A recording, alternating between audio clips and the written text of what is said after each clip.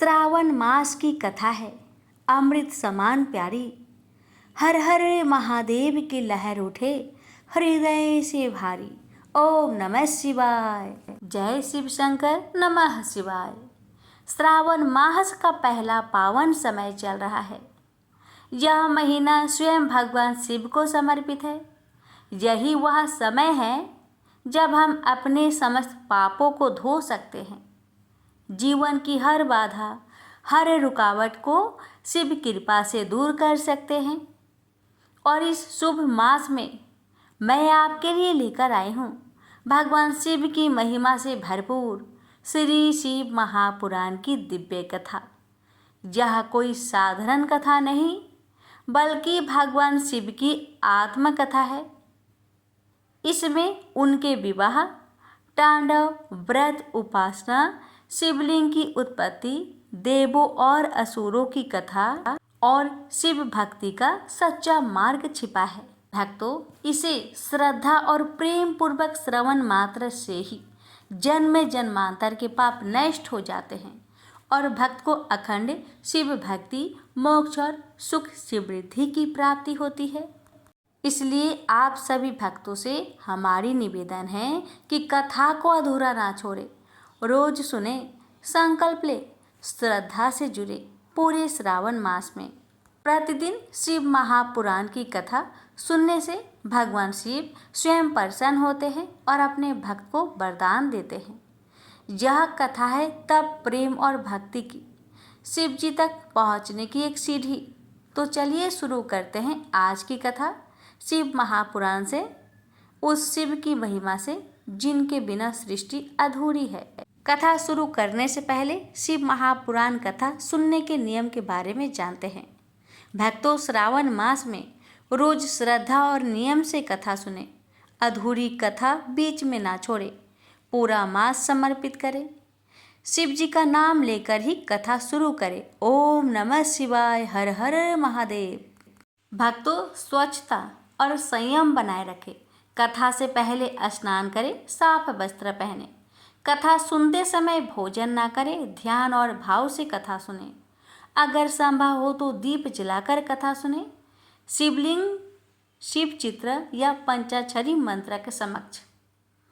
कथा पूरी होने के बाद शिव मंत्र का जाप करें, जैसे ओम नमः शिवाय का 108 बार जाप करें।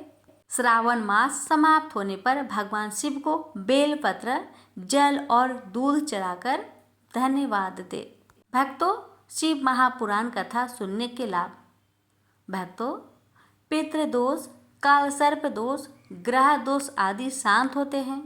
विवाह, संतान, नौकरी, धन आदि में आ रही बाधाएं दूर होती है। मानसिक शांति, निर्भयता और शिव कृपा प्राप्त होती है। मोक्ष की प्राप्ति का सरल मार्ग है। श्री शिव महापुराण की कथा, वो भी श्रावण मास में। तो आइए शिव महापुराण की प्रथम दिन की कथा शुरू करते हैं। कथा शुरू करने से पहले हम भगवान शिव से क्षमा प्रार्थना करते हैं। आइए भक्तों, अपने हाथों को जोड़िए। गणेश जी और भगवान शिव से क्षमा प्रार्थना करते हैं। भक्तों, हाथों को जोड़िए और गणेश भगवान का ध्यान करिए और इस प्रकार मन में कहिए, हे श्री गणेश, आप विशाल शरीर वाले, करोड़ों सूर्य के समान तेजस्वी हैं। हे विघ्नहर्ता, मेरी आज की इस कथा को निर्विघ्न पूर्ण कीजिए। अब भक्तों, भगवान शिव का ध्यान करिए। हे भोलेनाथ, त्रिपुरारी, रुद्र, शंकर, महादेव, आपको बारंबार नमस्कार है। आपकी ही कृपा से यह पवित्र शिव महापुराण कथा आज आरंभ हो रही है। यदि मन, वचन या कर्म से हो गई हो कोई त्रुटि तो हे नाथ क्षमा करें। आप ही कृपा के सागर है। हम आपके सेवक हैं। भक्त भाव से यह शिव कथा अर्पित है। वाणी असमर्थ है, फिर भी शरण है आपकी। इस कथा में कोई भी दोष रह जाए तो कृपया उसे क्षमा करें और इसे स्वीकार करें। हे भगवान, जो भी भक्त श्रद्धा और भाव से इस कथा को सुन रहा है, भोलेनाथ उसकी सभी मनोकामनाएं को पूर्ण करे। उसके जीवन से दुख, दरिद्रता, रोग और भय समाप्त हो जाए। शिव जी की कृपा उसके जीवन में सदा बनी रहे, यही हमारी प्रार्थना है, यही विनती है। हर हर महादेव। ओम नमः शिवाय। इस महात्म्य में आप सभी सुनेंगे शौनक जी के साधन विषयक प्रश्न करने पर सूत जी का उन्हें श्री शिव महापुराण की महिमा सुनाना। शौनक जी बोले, हे महात्मा ज्ञानी सूत जी, संपूर्ण सिद्धांतों के ज्ञाता, हे प्रभु, मुझसे पुराणों की कथाओं के सार तत्व का विशेष रूप से वर्णन कीजिए। सदाचार, भगवत भक्ति और विवेक की वृद्धि कैसे होती है तथा साधु पुरुष किस प्रकार अपने काम, क्रोध आदि मानसिक विकारों का निवारण करते हैं। इस घोर कलयुग में जीव प्राय असुर स्वभाव के हो गए हैं।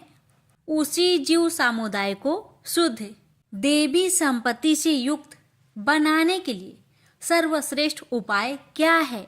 आप इस समय मुझे ऐसा कोई शाश्वत साधन बताइए जो कल्याणकारी वस्तुओं में भी सबसे उत्कृष्ट एवं परम मंगलकारी हो तथा पवित्र करने वाले उपायों में भी सर्वोत्तम पवित्र कारक उपाय हो। तात वह साधन ऐसा हो जिसके अनुष्ठान से शीघ्र ही अंत कारण की विशेष शुद्धि हो जाए तथा उससे निर्मल चित्त वाले पुरुषों को सदा के लिए शिव की प्राप्ति हो जाए। सूत जी बोले, मुनिश्रेष्ठ शौनक, आप धन्य हैं। आपके हृदय में पुराण कथा सुनने के प्रति विशेष प्रेम एवं लालसा है, इसलिए मैं शुद्ध बुद्धि से विचार कर परम उत्तम शास्त्र का वर्णन करता हूँ।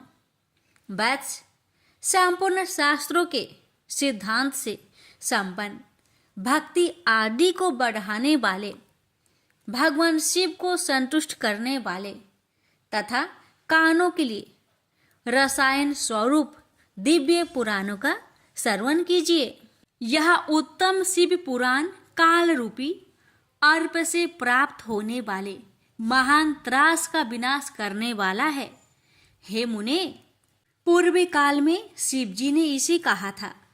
गुरुदेव व्यास जी ने सनत कुमार मुनि का उपदेश पाकर कलयुग के प्राणियों के कल्याण के लिए बड़े आदर से संक्षेप में इस पुराण का प्रतिपादन किया है। हे मुने, विशेष रूप से कलयुग के प्राणियों की चित्त शुद्धि के लिए इस शिव पुराण के अतिरिक्त कोई अन्य साधन नहीं है। हे मुने, जिस बुद्धिमान मनुष्य के पूर्व जन्म के बड़े पुण्य होते हैं, उसी महाभाग्यशाली व्यक्ति की इस पुराणों में प्रीति होती है। यह शिव पुराण परम उत्तम शास्त्र है। इसे इस भूतल पर भगवान शिव का अडंगमयी स्वरूप समझना चाहिए और सब प्रकार से इसका सेवन करना चाहिए। इसके पठन और श्रवण से शिव भक्ति पाकर श्रेष्ठतम स्थिति में पहुंचा हुआ मनुष्य शीघ्र ही शिव पद को प्राप्त कर लेता है। इसलिए संपूर्ण यत्न करके मनुष्यों ने इस पुराणों के अध्ययन को अभिष्ट साधन माना है और इसका प्रेम पूर्वक श्रवण भी संपूर्ण वांछित फलों को देने वाला है। भगवान शिव के इस पुराणों को सुनने से मनुष्य सब पापों से मुक्त हो जाता है तथा बड़े बड़े उत्कृष्ट भोगों का उपभोग करके अंत में शिवलोक को प्राप्त कर लेता है। राजसूय और सैकड़ों अग्निष्टोम यज्ञों से जो पुण्य प्राप्त होता है, वह भगवान शिव की कथा के सुनने मात्र से ही प्राप्त हो जाता है। हे मुने, जो लोग इस श्रेष्ठ शास्त्र शिव पुराण का श्रवण करते हैं, उन्हें मनुष्य नहीं समझना चाहिए। वे रुद्र स्वरूप ही है, इसमें संदेह नहीं है। इस पुराण का श्रवण और कीर्तन करने के चरण कमल की धूलि को मुनिगण तीर्थ ही समझते हैं। जो प्राणी परम पद को प्राप्त करना चाहते हैं उन्हें सदा भक्ति पूर्वक इस निर्मल शिव पुराण का श्रवण करना चाहिए। हे मुनि श्रेष्ठ, आदि मनुष्य सदा इसे सुनने में समर्थ ना हो तो उसे प्रतिदिन स्थिर चित्त से एक मुहूर्त भी इसको सुनना चाहिए।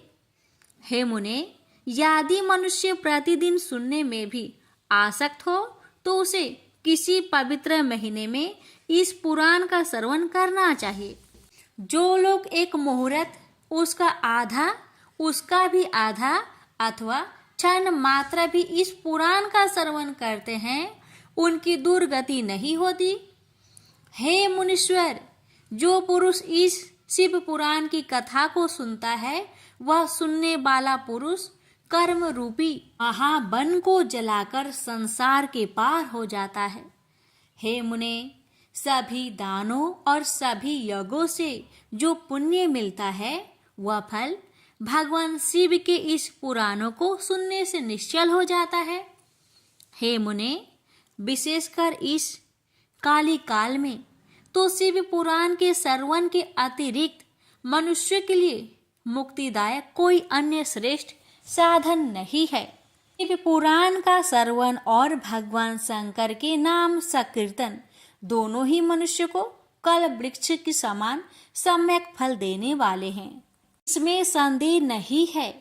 कलयुग में धर्म चरण से शून्य चित्त वाले दुर्बुद्धि मनुष्य के उद्धार के लिए भगवान शिव ने अमृत रस स्वरूप शिव महापुराण की उद्भावना की है। अमृत पान करने से तो केवल अमृत पान करने वाला ही मनुष्य अजर अमर होता है, किंतु भगवान शिव का यह कथामृत संपूर्ण कुलों को ही अजर अमर कर देता है। इस शिव पुराण की परम पवित्र कथा का विशेष रूप से सदा ही सेवन करना चाहिए, करना ही चाहिए। इस शिव पुराण की कथा के श्रवण का फल क्या कहूँ। इसके श्रवण मात्र से ही भगवान सदाशिव उस प्राणी के हृदय में विराजमान हो जाते हैं। यह शिव पुराण नामक ग्रंथ 24,000 श्लोकों से युक्त है। इसमें 7 संहिताएं हैं। मनुष्य को चाहिए कि वह भक्ति, ज्ञान और वैराग्य से भांति भांति संपन्न हो, बड़े आदर से इसका श्रवण करे। पहली विशेश्वर संहिता, दूसरी रुद्र संहिता, तीसरी शतरुद्र संहिता, चौथी कोटि रुद्र संहिता और 5वीं उमा संहिता कही गई है। 6ठी कैलाश संहिता और 7वीं वायव्य संहिता। इस प्रकार इसमें 7 संहिताएं हैं। 7 संहिताओं से युक्त यह दिव्य शिव पुराण पर ब्रह्मा परमात्मा के समान विराजमान है और सबसे उत्कृष्ट गति प्रदान करने वाला है। जो मनुष्य 7 संहिताओं वाले इस शिव महापुराण को आदर पूर्वक पूरा पढ़ता है वह जीवन मुक्त कहा जाता है। हे मुने, जब तक इस उत्तम शिव पुराण को सुनने का सुअवसर नहीं प्राप्त होता तब तक अज्ञानवश प्राणी इस संसार चक्र में भटकता रहता है। भ्रमित कर देने वाले अनेक शास्त्रों और पुराणों की श्रवण से क्या लाभ है, जबकि एक शिव पुराण ही मुक्ति प्रदान करने के लिए गर्जन कर रहा है। जिस घर में इस शिव पुराण की कथा होती है वह घर तीर्थ स्वरूप ही है और उसमें निवास करने वाले की पाप यह नष्ट कर देता है। हजारों अश्वमेध यज्ञ और सैकड़ों वाजपेयी यज्ञ शिव पुराण की 16वीं कला की भी बराबर नहीं कर सकते। हे मुनि श्रेष्ठ, कोई अधम प्राणी जब तक भक्ति पूर्वक शिव पुराण का श्रवण नहीं करता तभी तक उसे पापी कहा जा सकता है। गंगा आदि पवित्र नदियां, मुक्तिदायिनी सप्तपुड़िया और गयादि तीर्थ इस शिव पुराण की समता कभी नहीं कर सकते। जिसे परम गति की कामना हो उसे नित्य शिव पुराण के एक श्लोक अथवा आधे श्लोक का ही स्वयं भक्ति पूर्वक पाठ करना चाहिए। जो निरंतर अर्थानुसंधान पूर्वक इस शिव पुराण को वाचता है अथवा नित्य प्रेम पूर्वक इसका पाठ मात्र करता है, वह पुण्य आत्मा है। इसमें संचय नहीं है। जो उत्तम बुद्धि वाला पुरुष अंत्यकाल में भक्ति पूर्वक इस पुराण को सुनता है, उस पर अत्यंत प्रसन्न हुए भगवान महेश्वर उसे अपना पद, अपना धाम प्रदान करते हैं।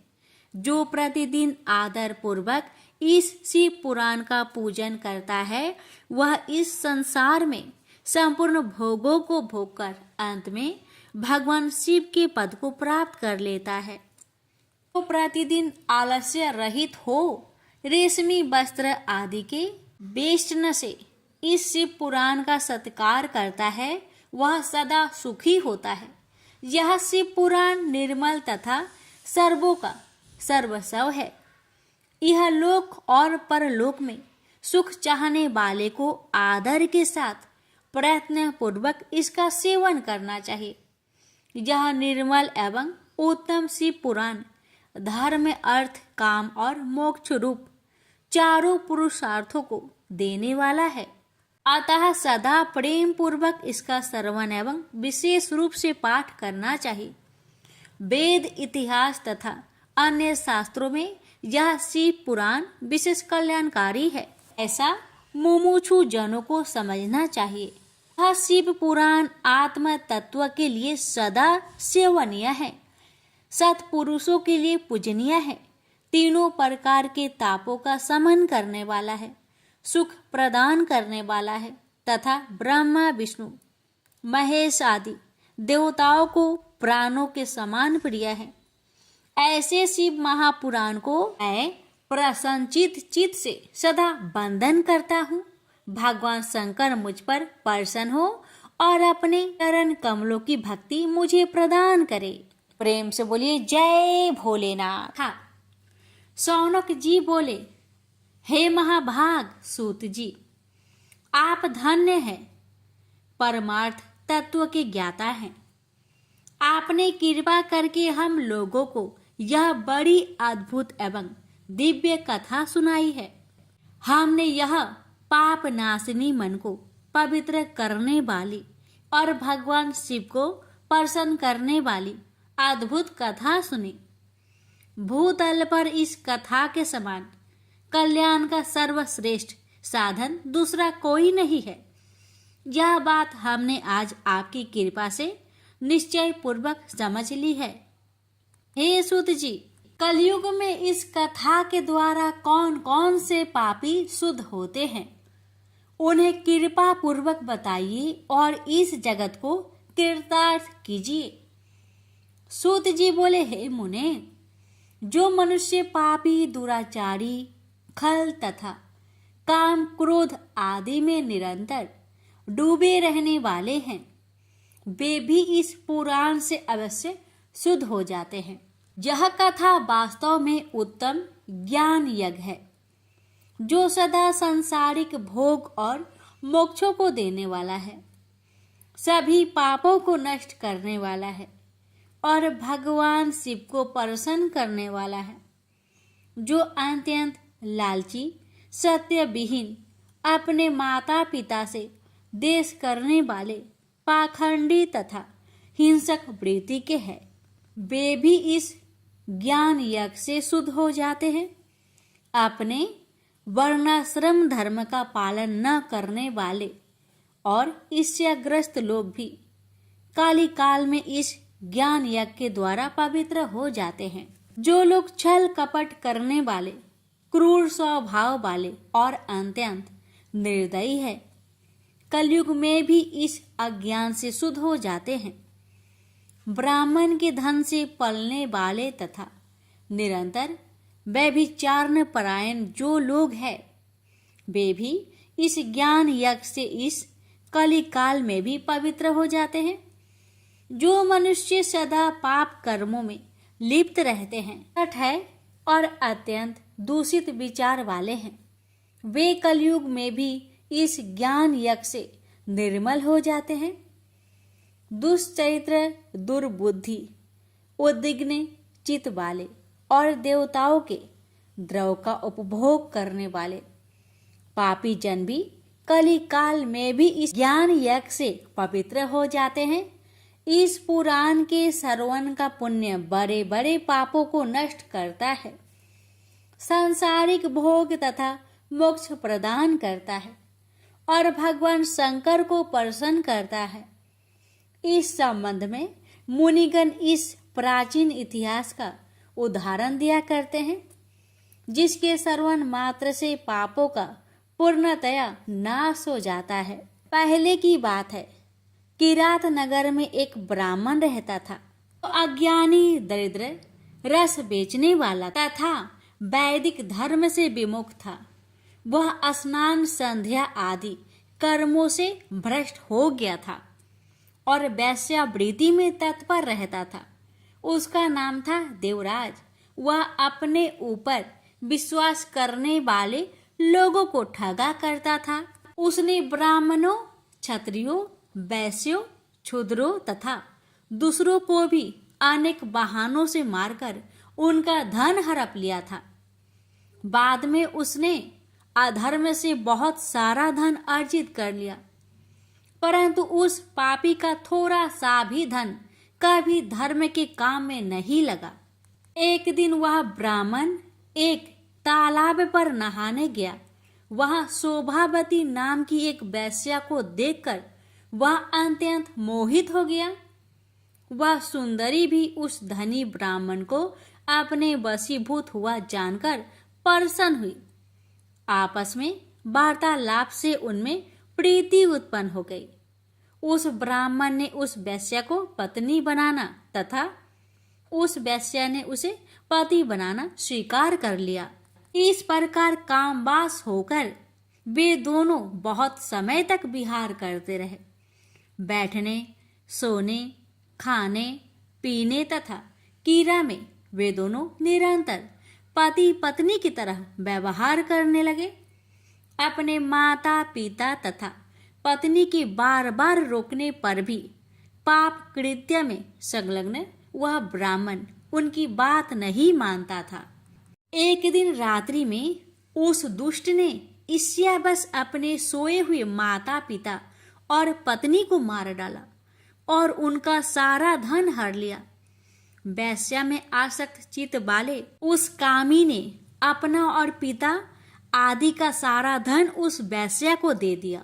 वह पापी अभैक्ष, भक्षण तथा मदपान करने लगा और वह नीच ब्राह्मण उस वेश्या के साथ एक ही पात्र में सदा झूठा भोजन करने लगा। एक दिन घूमता घामता वह देवयुग से प्रतिष्ठानपुर झूसी प्रयाग में जा पहुंचा।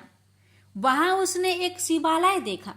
वहां बहुत से साधु महात्मा एकत्र हुए थे। देवराज उस शिवालय में ठहर गया और वहां उस ब्राह्मण को ज्वर आ गया।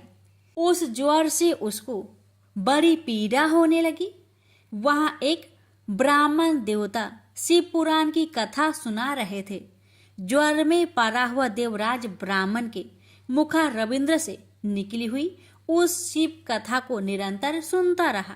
एक मास के बाद वह ज्वर से अत्यंत पीड़ित होकर चल बसा। यमराज के दूत आए और उसे पासों से बांधकर बलपूर्वक यमपुरी ले गए। इतने में ही शिवलोक से भगवान शिव के पार्षद गण आ गए। उनके गौर अंग कपूर के समान उज्जवल थे। हाथ त्रिशूल से सुशोभित हो रहे थे। उनके संपूर्ण अंग भस्म से उद्भासित थे और रुद्राक्ष की मालाएं उनके शरीर की शोभा बढ़ा रही थी। वे सब के सब क्रोध करते हुए यमपुरी में गए और यमराज के दूतों को मार पीट कर बारंबार धमकाकर उन्होंने देवराज को उनके चंगुल से छुड़ा लिया और अत्यंत अद्भुत विमान पर बैठाकर जब वे शिवदूत कैलाश को जाने को उद्यत हुए, उस समय यमपुरी में बड़ा भारी कोलाहल मच गया।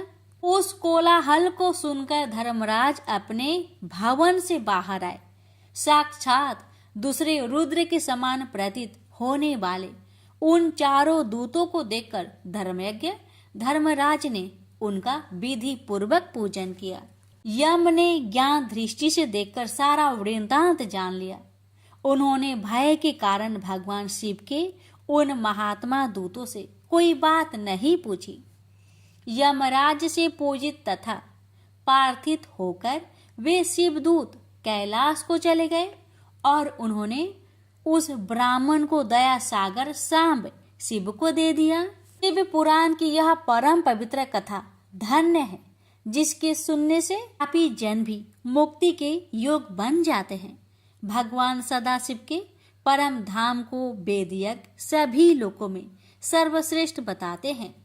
ब्राह्मण, क्षत्रिय, वैश्य, शूद्र तथा अन्य प्राणी, यहाँ तक कि जिस पापी ने धन के लोभ से अनेक लोगों की हत्या की तथा अपने माता पिता और पत्नी को भी मार डाला, वह वैश्यगामी शराबी ब्राह्मण देवराज भी इस कथा के प्रभाव से भगवान शिव के परम धाम को प्राप्त कर तत्क्षण मुक्त हो गया।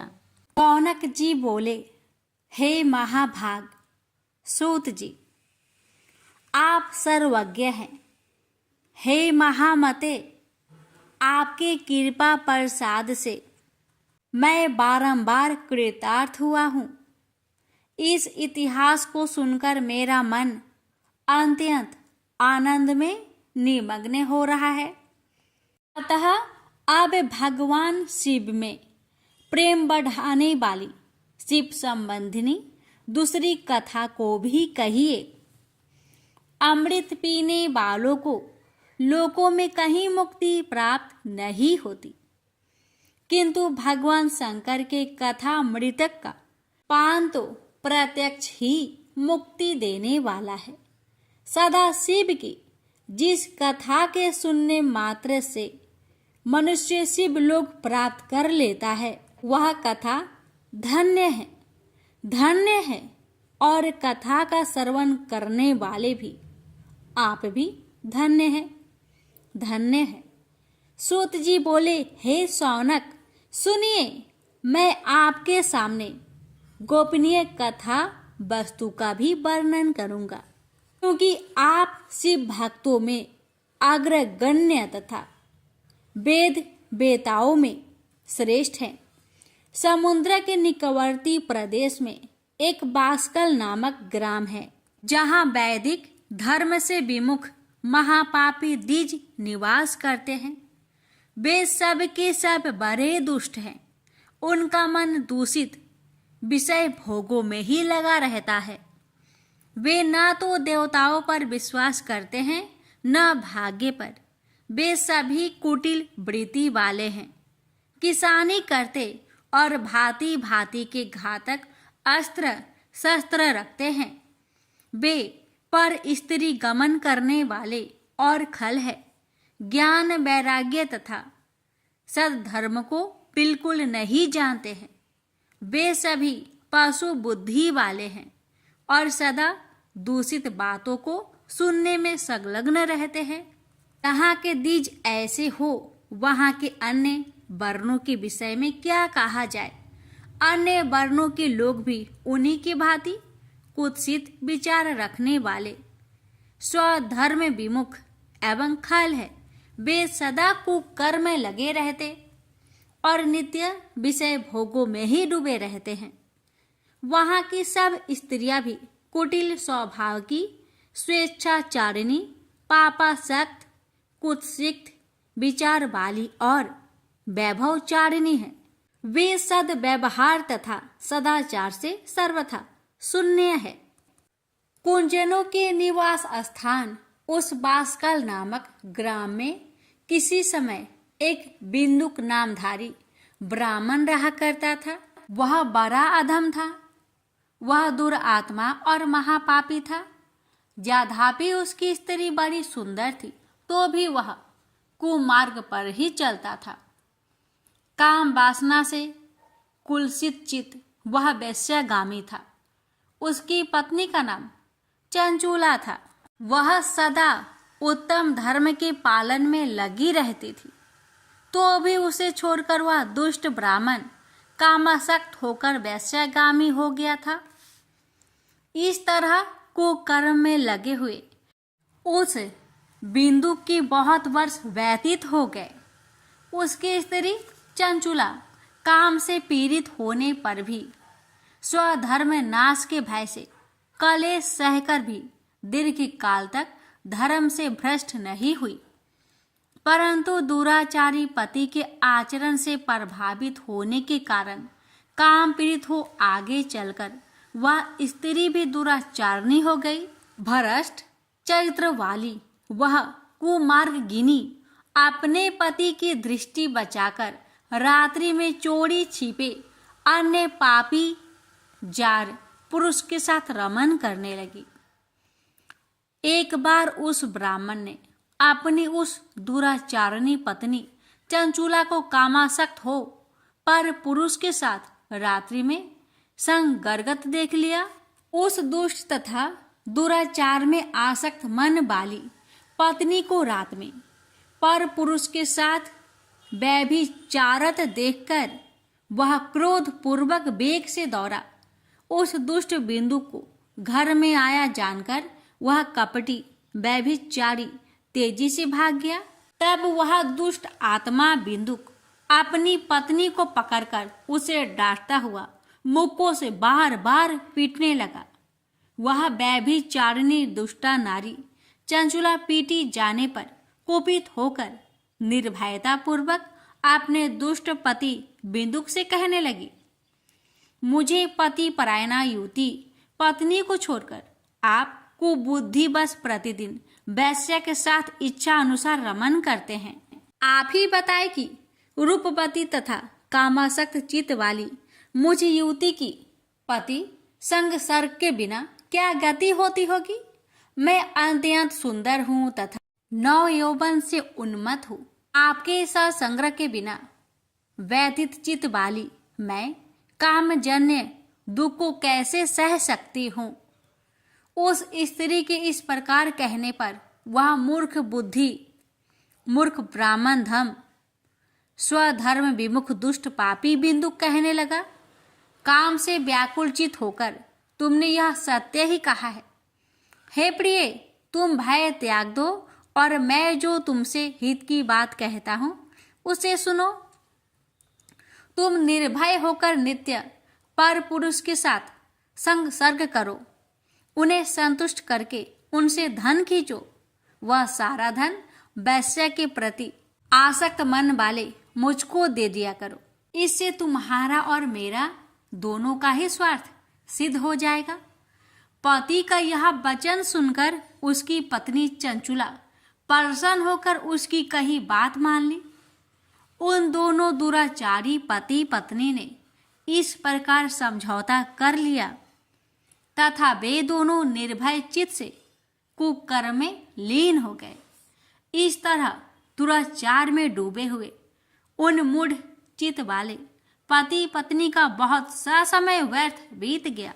तदंतर क्षुद्र जातीय वैश्य का पति बना हुआ वह दूषित बुद्धि वाला दुष्ट ब्राह्मण बिंदुक समय अनुसार मृत्यु को प्राप्त हो नरक में जा पड़ा। बहुत दिनों तक नरक के दुख को भोग कर वह मूर्ख बुद्धि पापी विंध्या पर्वत पर भयंकर पिचास हुआ। इधर उस दुराचारी पति बिंदु के पति मर जाने पर वह मूढ़ हृदय चंचला बहुत समय तक पुत्र के साथ अपने घर में ही रही। इस प्रकार प्रेम पूर्वक कामासक्त होकर जारों के साथ विहार करती हुई उस चंचुला नामक स्त्री कुछ यौवन समय के साथ ढलने लगा।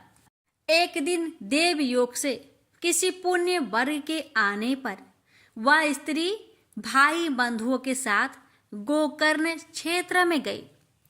तीर्थ यात्रियों के संग से उसने भी उस समय जाकर किसी तीर्थ के जल में स्नान किया। फिर वह साधारणतया मेला देखने की दृष्टि से बंधुजनों के साथ यत्र तत्र घूमने लगी। घूमती घामती किसी देव मंदिर में उसने एक देवयज्ञ ब्राह्मण के मुख से भगवान शिव की परम पवित्र एवं मंगलकारिणी उत्तम पौराणिक कथा सुनी।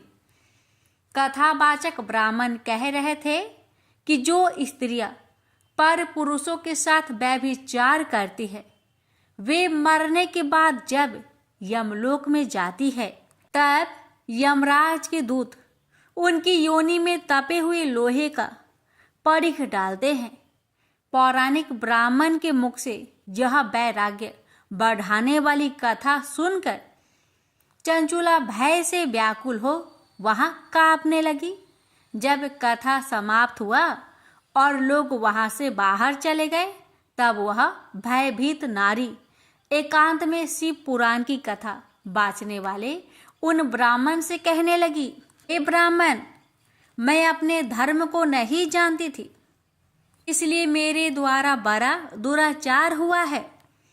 स्वामीन, इसे सुनकर मेरे ऊपर अनुपम कृपा करके आप मेरा उद्धार कीजिए। हे प्रभु, मैंने मूर्ख बुद्धि के कारण घोर पाप किया है। मैंने कामंद होकर अपनी संपूर्ण युवा अवस्था व्यभिचार में बिताई है। आज वैराग्य रस से ओतप्रोत आपके इस प्रवचन को सुनकर मुझे बड़ा भय लग रहा है। मैं कांप उठी हूँ और मुझे इस संसार से वैराग्य हो गया है। मुझ मूर्ख चीत वाली पापनी को धिक्कार है। मैं सर्वथा निंदकों के योग हूँ। मैं कुत्सित विषयों में फंसी हुई हूँ और अपने धर्म से विमुख हो गई हूँ। थोड़े से सुख के लिए अपने हित का नाश करने वाले तथा भयंकर कष्ट देने वाले घोर पाप मैंने अनजाने में ही कर डाले हैं। न जाने किस किस घोर कष्टदायक दुर्गति से मुझे पड़ना पड़ेगा, और वह कौन बुद्धिमान पुरुष कुमार्ग में मन लगाने वाले मुझ पापनी का साथ देगा। मृत्यु काल में उस भयंकर यम दूतों को मैं कैसे देखूंगी, जब वे बलपूर्वक मेरे गले में फंदे डालकर मुझे बांधेंगे? तब मैं कैसे धीरज धारण कर सकूंगी? नरक में जब मेरे शरीर के टुकड़े टुकड़े किए जाएंगे, उस समय विशेष दुख देने वाली उस महायातना को मैं कैसे सह सकूंगी? दुख और शोक से ग्रास्त होकर मैं दिन में सहज इंद्रिय व्यापार और रात्रि में नींद कैसे प्राप्त कर सकूंगी? हाय, मैं मर गई, मैं जल गई, मेरा हृदय विदीर्ण हो गया और मैं सब प्रकार से नष्ट हो गई, क्योंकि मैं हर तरह से पाप में ही डूबी रही हूँ। हाय विधाता, मुझ पापिनी को आपने हठात ऐसी दुर्बुद्धि क्यों दे दी, जो सभी प्रकार का सुख देने वाले स्वधर्म से दूर कर देती है। हे द्विज, सूल से विधा हुआ व्यक्ति ऊंचे पर्वत शिखर से गिरने पर जैसा घोर कष्ट पाता है, उससे भी करोड़ गुना कष्ट मुझे है। सैकड़ों अश्वमेध करके अथवा सैकड़ों वर्षों तक गंगा स्नान करने पर भी मेरे घोर पाप की शुद्धि संभव नहीं दिखती। मैं क्या करूं, कहाँ जाऊं और किसका आश्रय लूं? मुझ नरक गामिनी की इस संसार में कौन रक्षा करेगा? हे ब्राह्मण, आप ही मेरे गुरु हैं, आप ही मेरे माता और आप ही मेरे पिता हैं। आपकी शरण में आई हुई मुझ दीन अबला का उद्धार कीजिए, उद्धार कीजिए। इस प्रकार खेद और वैराग्य से युक्त हुई चंचला उस ब्राह्मण के चरणों में गिर पड़ी। तब उन बुद्धिमान ब्राह्मणों ने कृपा पूर्वक उसे उठाकर इस प्रकार कहा, सौभाग्य की बात है कि भगवान शंकर की कृपा से शिव पुराण की इस वैराग्य युक्त तथा श्रेष्ठ कथा को सुनकर तुम्हें समय पर चेत हो गया है। हे ब्राह्मण पत्नी, तुम डरो मत, भगवान शिव की शरण में आओ, शिव की कृपा से सारा पाप तत्काल नष्ट हो जाता है। मैं तुमसे भगवान शिव की कीर्ति कथा से युक्त उस परम वस्तु का वर्णन करूंगा जिससे तुम्हें सदा सुख देने वाली उत्तम गति प्राप्त होगी। शिव की उत्तम कथा सुनने से ही तुम्हारी बुद्धि इस तरह पश्चाताप से युक्त एवं शुद्ध हो गई है। साथ ही तुम्हारे मन में विषयों के प्रति वैराग्य हो गया है। पश्चाताप ही पाप करने वाले पापियों के लिए सबसे बड़ा प्रायश्चित है। सत्पुरुषों ने सबके लिए पश्चाताप को ही समस्त पापों का शोधक बताया है।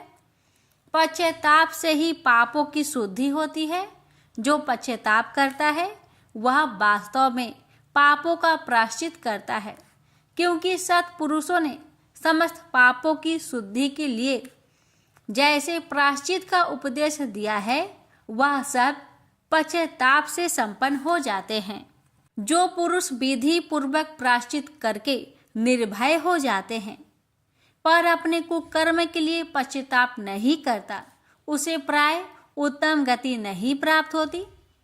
परंतु जिसे अपने कुकृत्य पर हार्दिक पश्चाताप होता है वह अवश्य उत्तम गति का भागी होता है। इसमें संशय नहीं है। इस शिव पुराण की कथा सुनने से जैसे चित्त शुद्धि होती है वैसे दूसरे उपाय से नहीं होती। जैसे दर्पण साफ करने पर निर्मल हो जाता है, उसी प्रकार इस शिव पुराण की कथा से चित्त अत्यंत शुद्ध हो जाता है। इसमें संशय नहीं है।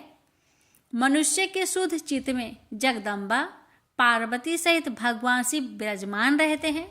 इससे वह विशुद्ध आत्मा पुरुष श्री सांब सदा शिव के परम पद को प्राप्त होता है।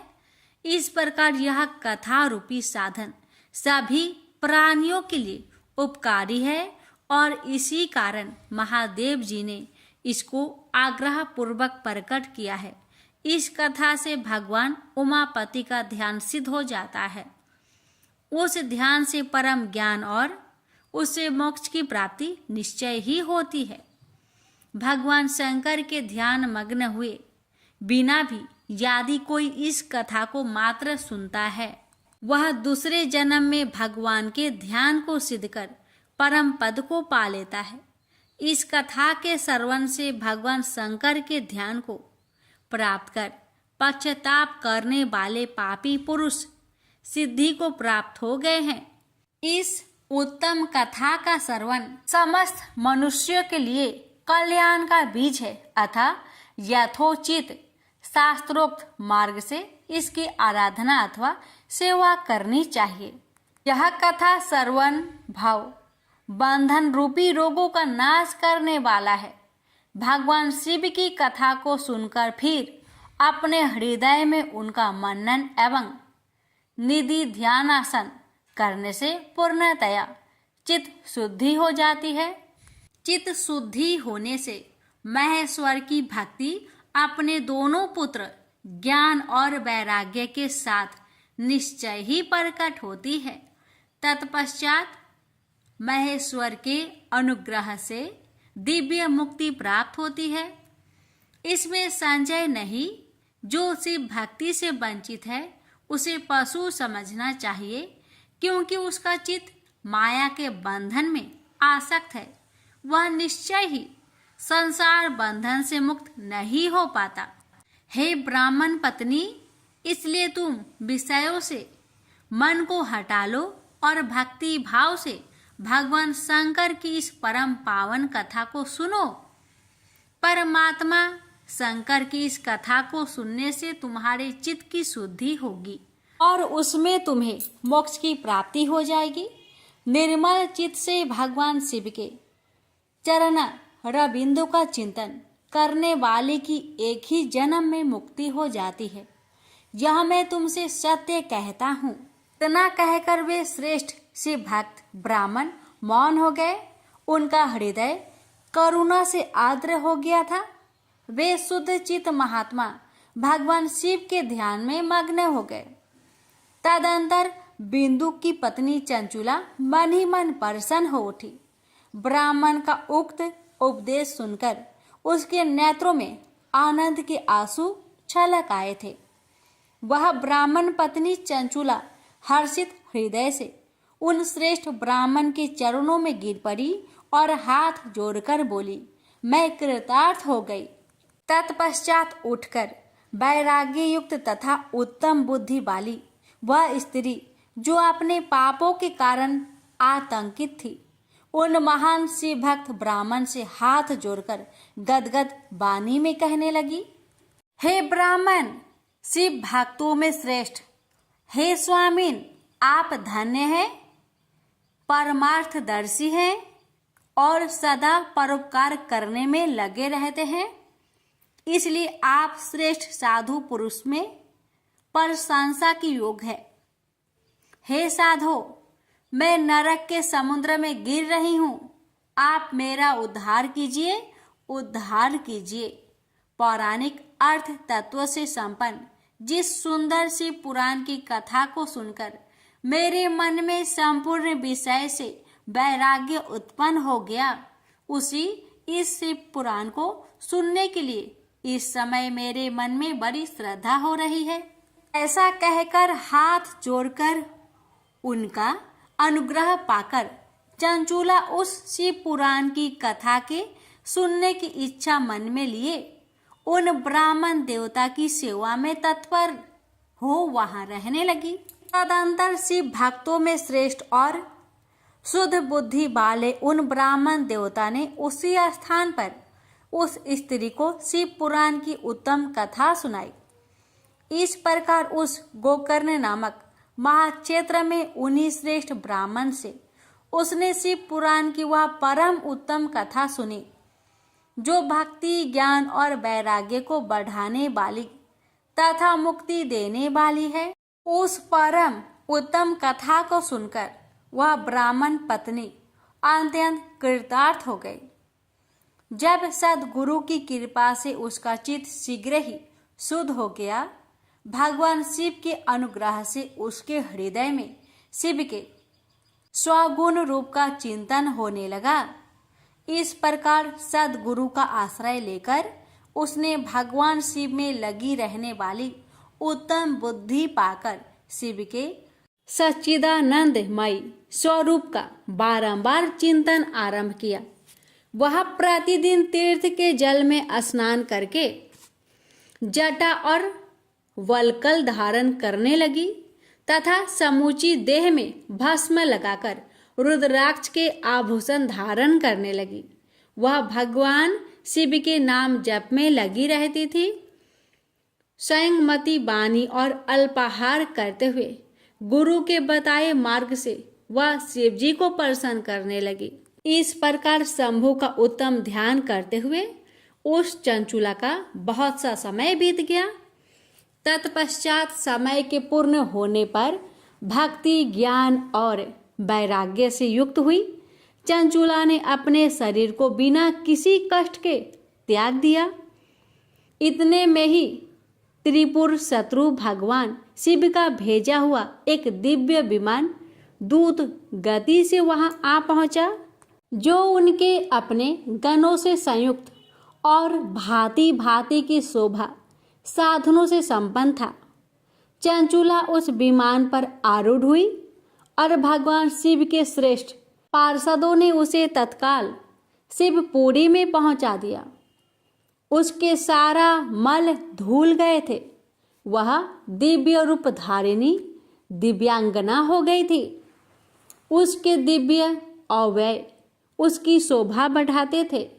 मस्तक पर अर्ध चंद्र का मुकुट धारण किए वह गौरांगी देवी शोभाशाली दिव्य आभूषणों से विभूषित थी। वहां पहुंचकर उसने त्रिनेत्रधारी महादेव जी को देखा। ब्रह्मा, विष्णु आदि देवता उन सनातन शिव की सेवा कर रहे थे।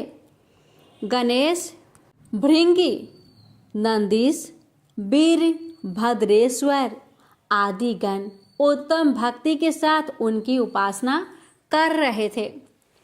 उनकी अंग कांति करोड़ों सूर्य के समान प्रकाशित हो रही थी। कंठ में नील चिन्ह शोभा पाता था। उनके 5 मुख थे और प्रत्येक मुख में 3-3 नेत्र थे। मस्तक पर अर्ध चंद्राकर मुकुट शोभा देता था। उन्होंने अपने बाम अंग में गौरी देवी को बैठा रखा था, जो विद्युत पुंज के समान प्रकाशित थी। गौरीपति महादेव जी की कांति कपूर के समान गौर थी। उन्होंने सभी अलंकार धारण कर रखे थे। उनका सारा शरीर श्वेत भस्म से भासित था। शरीर पर श्वेत वस्त्र शोभा पा रहे थे। वे अत्यंत उज्ज्वल वर्ण के थे। इस प्रकार परम उज्ज्वल भगवान शंकर का दर्शन करके वह ब्राह्मण पत्नी चंचुला बहुत प्रसन्न हुई। अत्यंत प्रीति युक्त होकर उसने बड़ी उतावली के साथ भगवान को बारंबार प्रणाम किया। फिर हाथ जोड़कर वह बड़े प्रेम, आनंद और संतोष युक्त हो विनीत भाव से खड़ी हो गई। उसके नेत्र से आनंद अश्रुओं की अविरल धारा बहने लगी तथा संपूर्ण शरीर में रोमांच हो गया।